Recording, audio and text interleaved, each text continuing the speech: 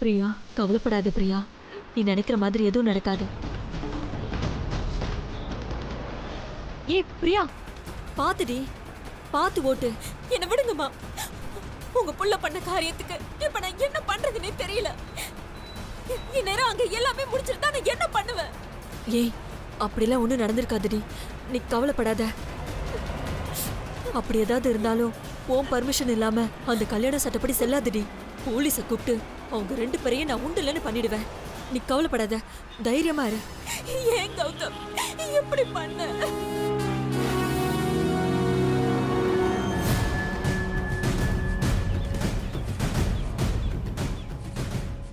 Sir, மாப்பிளையும் பொண்ணும் வந்துட்டாங்க. மாலையை கொஞ்சம் கொடுக்குறீங்களா? இந்தாங்கம்மா. ரொம்ப தேங்க்ஸ் சார். பரவாயில்ல. எதுக்குங்க இதெல்லாம் இப்ப தேவையா? எதெல்லாம்? இந்த ரிஜிஸ்ட்ரேஷன் தான். இல்லைங்க, நான் அஞ்சலியை வெறும் கையோடலாம் அனுப்ப முடியாது. குழந்தை உங்க கூட ஊருக்கு வரும்போது, அவ வளரும் போது, மேல மேல படிக்கும்போது அவளுக்கு ஏதாவது ஒரு நல்ல பேக்கப்னு ஒன்று இருக்கணும் இல்லையா? அதுக்காக தான் இந்த ரெஜிஸ்ட்ரேஷன் எல்லாம். இது என்னுடைய விருப்பம். இல்ல, வீட்ல சொல்லி அவங்க விருப்பத்தோட செஞ்சிருந்தா இன்னும் கொஞ்சம் நல்லா இருந்திருக்கும் இல்லையா? அவங்களுக்கு தெரியாம அஞ்சலிக்கு நீங்க இதெல்லாம் பண்றது தப்பா இருக்காதா? இதை வீட்டில் எல்லார்கிட்டையும் சொல்ல வேண்டிய நேரத்தில் சொல்லிக்கிறேன். ஆனால் இந்த நேரத்தில் அவங்ககிட்ட இதை பற்றி சொன்னேன்னா நிச்சயமாக அவங்க புரிஞ்சுக்க மாட்டாங்க. நான் ஏதோ தேவையில்லாத விஷயத்த பண்ணுற மாதிரி தான் அவங்களுக்கு தோணும். அப்புறம் அஞ்சலிக்கு நான் எதுவுமே கொடுக்க முடியாமல் போயிடும். அதனால தாங்க வீட்டில் யார்கிட்டையும் இந்த ரிஜிஸ்ட்ரேஷனை பற்றி நான் சொல்லலை. அது இல்லைங்க, அவங்க சம்மதம் இல்லாம செய்யறது நாளை பின்ன பிரச்சனை வராதா? அது எப்படிங்க பிரச்சனையாகும்? இது நான் கஷ்டப்பட்டு வாங்கின நிலம். இது என்னோட இடம். நான் யார் சொத்தையும் எடுத்து கொடுக்கல. நான் வளர்த்த குழந்தைக்கு நான் என் சொத்தை கொடுக்குறேன். நாளை பின்ன அவங்களுக்கு தெரிய வந்துச்சுன்னா அதனால அவங்களால எந்த கேள்வியும் கேட்க முடியாது, எந்த பிரச்சனையும் வராது. நான் பாத்துக்கிறேன், நீங்க கவலைப்படாதீங்க. அஞ்சலியும் கூட்டிட்டு வந்திருந்தா இன்னும் நல்லா இருந்திருக்கும்ல? இல்லைங்க, அந்த பாம் பிளாஸ்ட் நடந்ததுக்கு அப்புறம் குழந்தைய ஸ்கூலுக்கு அனுப்பவே தயக்கமா இருந்துச்சு. இந்த நிலைமையில அவளை வெளியே கூட்டிட்டு வந்தா ரொம்ப ஆபத்துங்க. ஆமால்ல. அது மட்டும் இல்லாம இந்த வயசுல அவளுக்கு எதுவும் தெரிய வேண்டாம். தெரிஞ்சாலும் அவளுக்கு எதுவும் புரியாது இல்லையா? அதனாலதான் அஞ்சலி நான் கூட்டிட்டு வரல.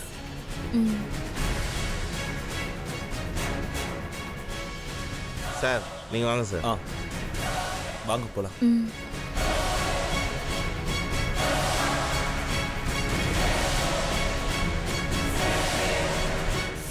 இந்தாப்பா. சார் இவர் தான். கௌதம் தானே? ஆமா சார். உங்க பேர் தீபாவா? ஆமா சார். நீங்க உங்க லேண்டை அவங்களுக்கு ரிஜிஸ்டர் பண்ணி தரீங்க, அப்படித்தானே? ஆமா சார். அவங்க உங்களுக்கு எப்படி ரிலேட்டட்னு தெரிஞ்சுக்கலாமா? என்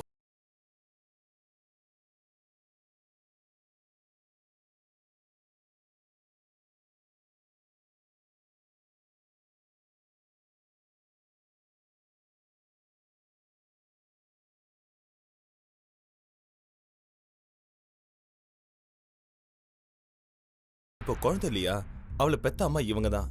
அதனாலதான் இவங்க பேருக்கே மாத்தி கொடுக்கலான்னு வந்தேன். Fantastic sir. இந்த காலத்துல யாருக்கு இந்த மனசு வரும்? ரொம்ப பெரிய விஷயம் சார். நல்ல நேரம் முடிகிறதுக்குள்ள இந்த டாக்குமெண்ட்ஸ்ல சைன் போட்டுருங்க.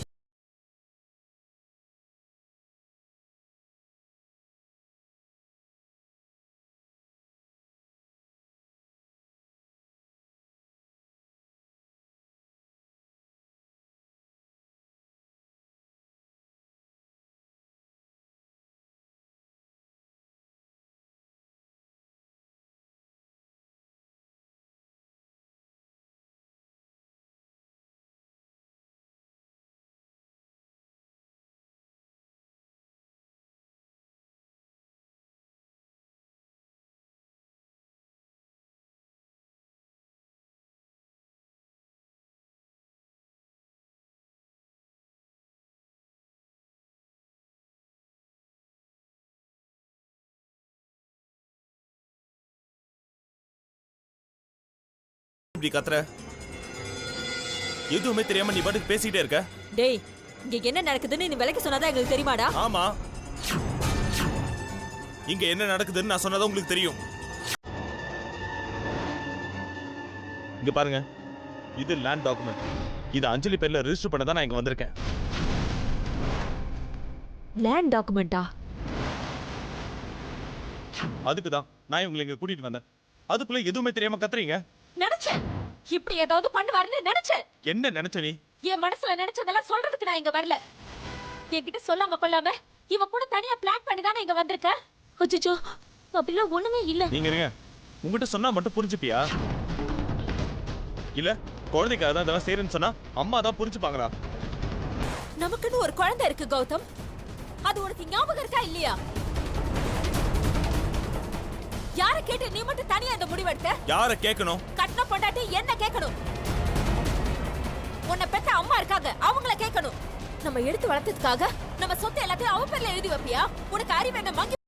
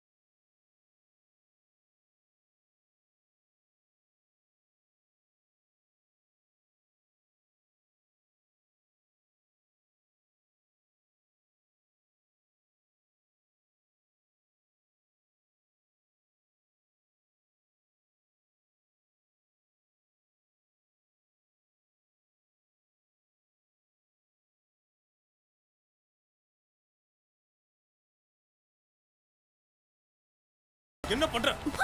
ஏய் உன்ன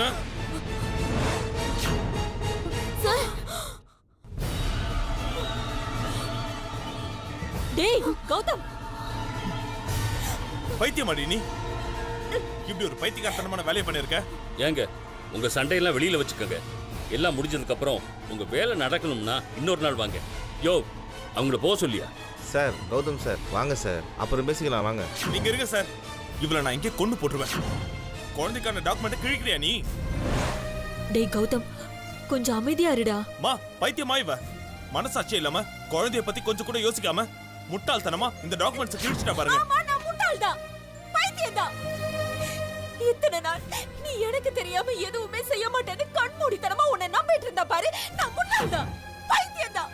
ஆனா இதுக்கு மேல நான் உன்னை நம்ப தயாரா இல்ல.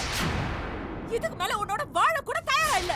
ஏ பிரியா, இருடி, என்ன விடுங்கம்மா. இனிமே உங்க பிள்ளை என்கிட்ட ஒரு வார்த்தை கூட பேசக்கூடாதுன்னு சொல்லிடுங்க. இனிமே நான் அவரோட வாழ மாட்டேன். ஏ பிரியா, பிரியா, ஐயோ பிரியா நில்லு. சார், என்ன சார் அப்படி பேசிட்டு போறாங்க? போகட்டும் விடுங்க. ஐயோ,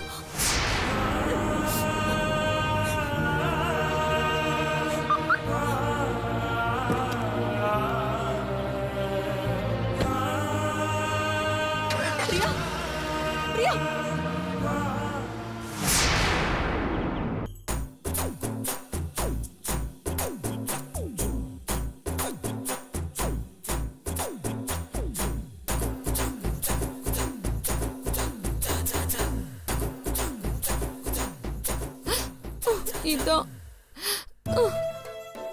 இதான் நீ போடுற கடைசி நகை.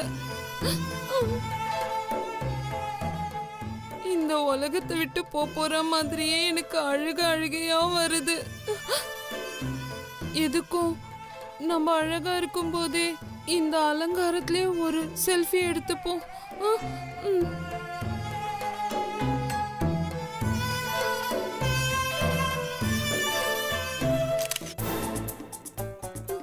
டையெல்லாம் இல்லாம ஔவையார் மாதிரி இருக்கேன். பெத்த பொண்ணுக்காக என்ன பண்றது? துறவி வேஷம் போட்டு தானே ஆகணும். முருகா, நீதான்ப்பா என்னை காப்பாத்தணும்.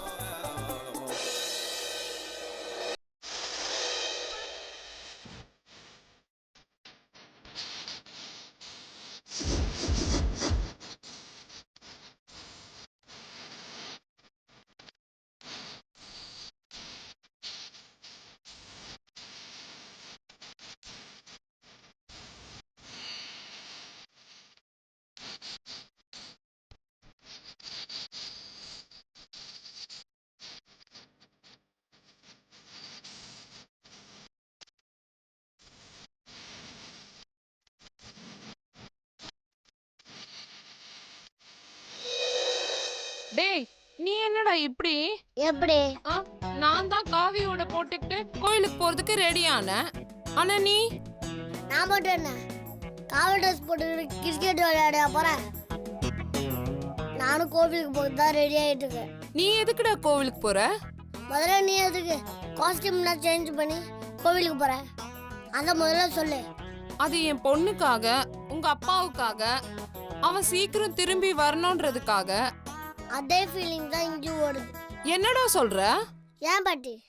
தூரத்து சொந்த நீ, மாமியார் உறவு, உனக்கே மருமக மேல இவ்வளோ பாசம் தான். அவர் என் டாடி, எனக்கு எவ்வளோ பாசம் இருக்கும். ஆமா இல்ல, இவன் சொல்றதும் சரிதான். தான் இல்லைனாலும் தசையாருன்னு சொல்லுவாங்க. கேள்விப்பட்டிருக்கியா நீ? சாதாரண பாட்டி இல்லை, உச்ச தலையிலேருந்து உள்ளங்கால் வரைக்கும் ஓல் பாடி ஷேக்கிங் தான் இருக்கு. அப்படியாடா? எங்க அப்பா அங்க இருமுனாரா, இங்க எனக்கு தொண்டை அடிக்குது. நிஜமாவாடா? எங்க அப்பா அங்க கண்ணு தெரியாம இருக்கும்போது எனக்கு என் கண்ணெல்லாம் கலங்குது.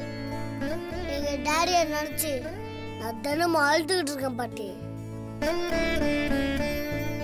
நான் எங்க அப்பாவுக்கு ஹெல்ப் பண்ணியே ஆகணும். அவரை மாதிரி நானும் கோவிலுக்கு போய் பரிவாரம் செய்ய போறேன். அது பரிவாரம் இல்லடா, பரிகாரம். சரி, ஏதோ ஒரு காரம். நான் போய் அதை எங்க டாடிக்காக பண்றேன். டேய், அதெல்லாம் பெரியவங்க தான்டா பண்ணணும்னுவாங்க, குழந்தைங்களெல்லாம் பண்ண விட மாட்டாங்க. அப்ப ஜூனியர் சூப்பர் ஸ்டார் மாதிரி ஒட்டு மீசை ரெடி பண்ண வேண்டியதுதான். ஐயோ, ஏ பாட்டி, எதுக்கு அழகுனா கேஆர் விஜயா மாதிரி கதிர் கதிர அழுகுற நீ? அது இல்லடா, உங்க அப்பா மேல உனக்கு இருக்கிற அக்கறையும் பாசத்தையும் நினைச்சு என் கண்ணெல்லாம் கலங்குதுடா. பாட்டி, நக்கல் பண்றவன் மனசுல பாசல இருக்கான்னு நினைக்கிறியா? இல்ல காமெடி பண்றவன் மனசுல சென்டிமெண்ட் தான் இருக்கான்னு நினைக்கிறியா? எங்க அப்பா எனக்கு உயிர் பாட்டி. டேய், நீ புள்ளையா பிறந்ததுக்கு உங்க அப்பா தாண்டா ரொம்ப கொடுத்து வச்சிருக்கணும். உன்னை இங்க தனியா விட்டுட்டு அங்க கோயில்ல தங்க உங்க அப்பாவுக்கு எப்படிதான் மனசு வந்ததோ. 1000 தான் இருந்தாலும் உன்னை இங்க அழுவ விட்டுட்டு உங்க அப்பா போய் அங்க தனியா அழுவுறது ரொம்ப தப்புடா. எது தப்பே? ஆ? அவர் தொலைச்சது அவர் தேடுறாரு, அது ஒரு தப்பா? பக்தியும் பயமா பேசிட்டு இருந்தான், இப்ப வழக்கம் போல நக்கல் பண்ண ஆரம்பிச்சிட்டானே. அவர் கண்ணு தெரியும் போதே செல்வி ஆண்டிய ரோட தேடி அழுவாரு. இப்போ அவருக்கு கண்ணு வேற தெரியாது. அவங்களே எதிரில் வந்து நின்னாலும் அவருக்கு தெரியாது. ஆமா இல்ல, இப்படி ஒரு விஷயம் இருக்கோ? பாட்டி, உங்ககிட்ட ஒன்று கேட்க மறந்தேன். என்னடா? ஒருவேளை அப்பாவும் செல்வி ஆண்டியும் சேர்ந்தா உங்களுக்கு ஏதாவது பிரச்சனை வரும்னு நீங்க பயப்படுறீங்களா? ஐயோ, செல்வி திரும்ப வந்தா என் பொண்ணு வாழ்க்கை போயிடும் தானே என்னோட பயமே. அதையும் புட்டு புட்டு வைக்கிறான். பாட்டி, என்னடா? இந்த ஆங்கிள் நான் யோசிக்கவே இல்லையே. ஆ? எந்த ஆங்கிள்லடா? அப்பாவுக்கு தான் கண்ணு போச்சு, உனக்கும் மாமிக்கும் செல்வியாட்டி யாருன்னு தெரியல. ஐயோ, அடிமடியிலேயே கைய வைக்கிறானே. இவன் கிட்ட பேச்சு கொடுத்ததே தப்பா போச்சு. ஐயோ, பாரு பாட்டி, இந்த பிரச்சனை எல்லாம் தீரணும்னா கடவுளுக்கு காவி கட்டினா மட்டும் பத்தாது. நம்மளும் அப்பாவுக்காக ஏதாவது ஹெல்ப் பண்ணணும், இறங்கி வேலை செய்யணும். இந்த மாதிரி சும்மா காவி ஓடப்பட்டுக்கிட்டு சைடில் சமோசா சாப்பிட்டுன்னு உழைச்சிடலான்னு நினைக்காத. ஒழுங்கா செல்வி ஆண்டி எங்கே இருப்பாங்கன்னு சொல்லுங்கள். நான் நாச்சும் எங்கேயாவது போய் அவங்கள தேடி கண்டுபிடிக்கிறேன். சொல்லுங்க பாட்டி. டேய் போடா, நானும் அவ கிடைக்கணும்னு தான் வேண்டிட்டு இருக்கேன். இல்லையே, உன் திருட்டு மொழியை பார்த்தா செல்வி ஆண்டி கிடைக்கணும்னு நீ வேண்ட மாதிரியே தெரியலையே. கடவுளுக்கு கூட நம்மளை பத்தி இவ்வளோ தெரியுமான்னு தெரியலையே, ஆனா எல்லாத்தையும் தெரிஞ்சு வச்சிருக்கானே. அங்கே கிடைக்கூடாதுன்னு திருட்டுத்தனமா வேண்ட மாதிரில இருக்கு. ஐயோ அப்படியெல்லாம் ஒன்றும் இல்லடா.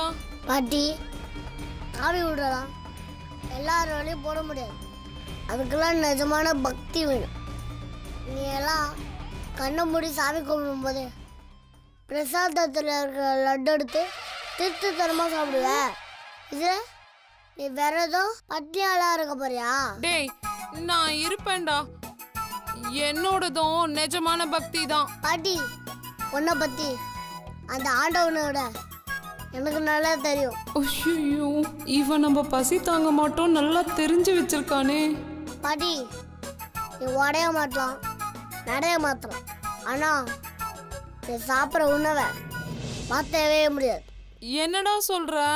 நீ வகை வகையா சாப்பிட்ற குஷ்பு இட்லி, கொலா புட்டு, கோதுமை ரவா, கஞ்சி, இது எதுவுமே கோவிலில் கிடைக்காது. ஐயோ வெட்டி பந்தாவுக்கு நம்ம காவி துணி போட்டா நம்ம காலி ஆயிடுவோம் போல இருக்கே. கோவிலில் யாராவது பொங்க வச்சாதான் இது தின்னவே முடியும். நம்மளால சாப்பிடாம இருக்க முடியாதே. பாட்டி, அப்புறம் நீ சேவை செய்கிறேன்னு போயிட்டு நான் தான் உனக்கு கடைசியாக ஆம்புலன்ஸில் சேவை செய்ய வேண்டியிருக்கும். டே டே உன் வாயாலெல்லாம் அப்படியெல்லாம் சொல்லாதடா. எனக்கு ரொம்ப பயமா இருக்கு. நானும் ஆர்வக்குள்ள இந்த காவி ட்ரெஸ்ஸை போட்டேன். ஆனால் அது என் வயசுக்கு செட் ஆகாது, ஓ வயசுக்கு செட் ஆகாது. இப்ப என்ன தாண்டா பண்றது? இதுக்கு ரெண்டே வழி தான் இருக்கு. என்னடா அது? ஒன்று உண்மையை ஓவாயால் சொல்கிறது, இன்னொன்று அந்த உண்மை எதுன்னு நானாக கண்டுபிடிக்கிறேன். எதுன்னு நீனே முடிவு பண்ணிக்க. டே டே அஸ்வந்த்,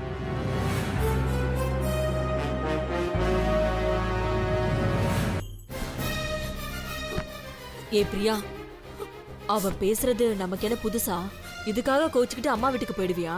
ஐயோ, என்னால இதுக்கு மேல அவர்கிட்ட பேச முடியாதுமா.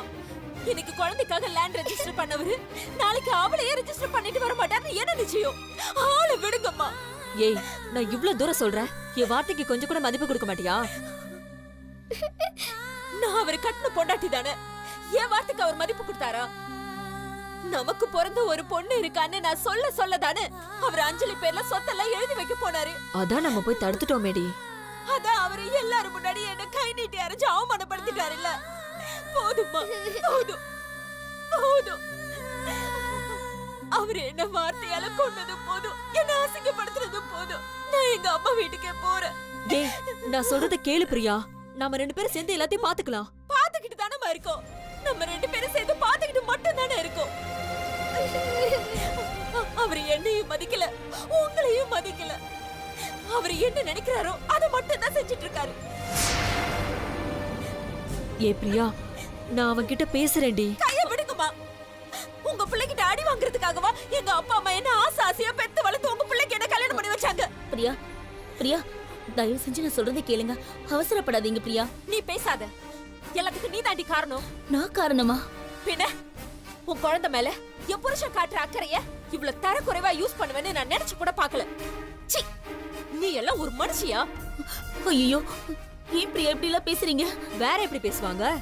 என் புள்ளதான் உன் குழந்தை மேல இருக்கிற அக்கறையில சொத்து எழுதி வைக்கிறேன், நிலம் எழுதி வைக்கிறேன்னு அவன் பெத்த குழந்தைய மறந்துட்டு பைத்தியக்காரத்தனமா பேசிட்டு இருக்கானா? உனக்கு எங்கடி போச்சு அறிவு?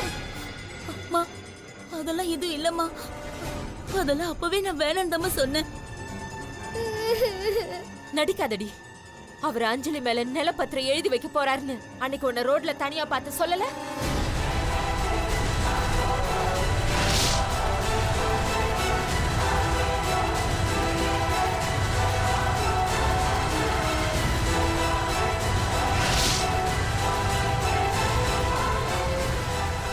எல்லாத்தையும் முன்கூட்டியே தெரிஞ்சுக்கிட்டு அப்படியே ஏதோ தெரியாத மாதிரி நடிக்கிறா பாரு. சத்தியமா எனக்கு முன்கூட்டியே இந்த விஷயம் எதுவும் தெரியாதுமா. அவர் குழந்தை விஷயமா அவசரமா பேசணும்னு மட்டும்தான் சொன்னாரு. அதனாலதான் நான் அவர்கிட்டயே பேசினேன். அதுக்கு மேல இந்த விஷயம் எதுவுமே எனக்கு தெரியாதுமா. இந்த பார், உன்கிட்ட பேசுறதுக்கெல்லாம் எனக்கு நேரம் இல்ல. உன் மூஞ்சிய பார்க்கவும் எனக்கு பிடிக்கல.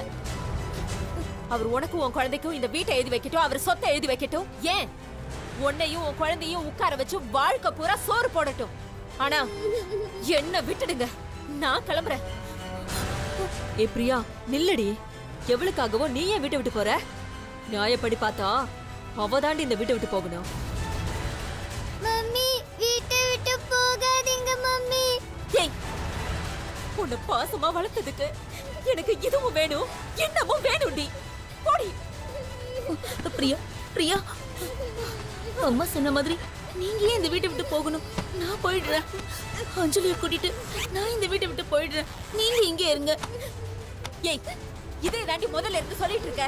ஆனா நீ போக மாட்ட. அவர் உன்னை போகவும் விட மாட்டாரு. எனக்கு எதுக்கு இந்த தொல்லை? நானே போய் தொலைறேன். பிரியா, பிரியா, நில்லையா? பிரியா, நில்லடி.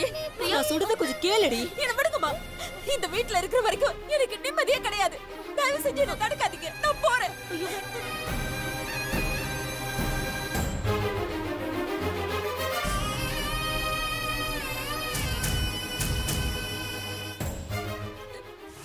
டேய் கௌதம், என்னடா பாத்துட்டு அப்படியே போற? பிரியா பெட்டி படிக்க எடுத்துட்டு அவங்க அம்மா வீட்டுக்கு போறேங்கிறா. அவளை போக வேண்டாம்னு ஒரு வார்த்தை சொல்லுடா. மம்மி ப்ளீஸ் மம்மி போகாதீங்க மம்மி. டேய், என்னடா நான் அவளை போக வேண்டாம்னு கெஞ்சிட்டு இருக்கேன், நீ அமைதியா நிக்கிற. மா, அவ தான் நான் சொல்றது புரிஞ்சுக்காம பெட்டி படிக்கலாம் எடுத்துட்டு அவங்க அம்மா வீட்டுக்கு போகணும்னு முடிவு பண்ணிட்டால. கிளம்பட்டும். இதுக்கு மேல நான் எதையும் சொல்லவும் விரும்பல. அவ கேக்குற மாதிரியும் தெரியல. டேய், என்னடா இப்படி அக்கறை இல்லாம பேசுற? மா, அவ தான் என்ன புரிஞ்சுக்காம நடந்துக்கிறா. புரிஞ்சுக்காதவங்க கிட்ட எதுவுமே சொல்லி புரிய வைக்க முடியாது. வண்டி சாவி டிவி ஸ்டாண்ட் பக்கத்துல இருக்கு, எடுத்துட்டு கிளம்ப சொல்லுங்க.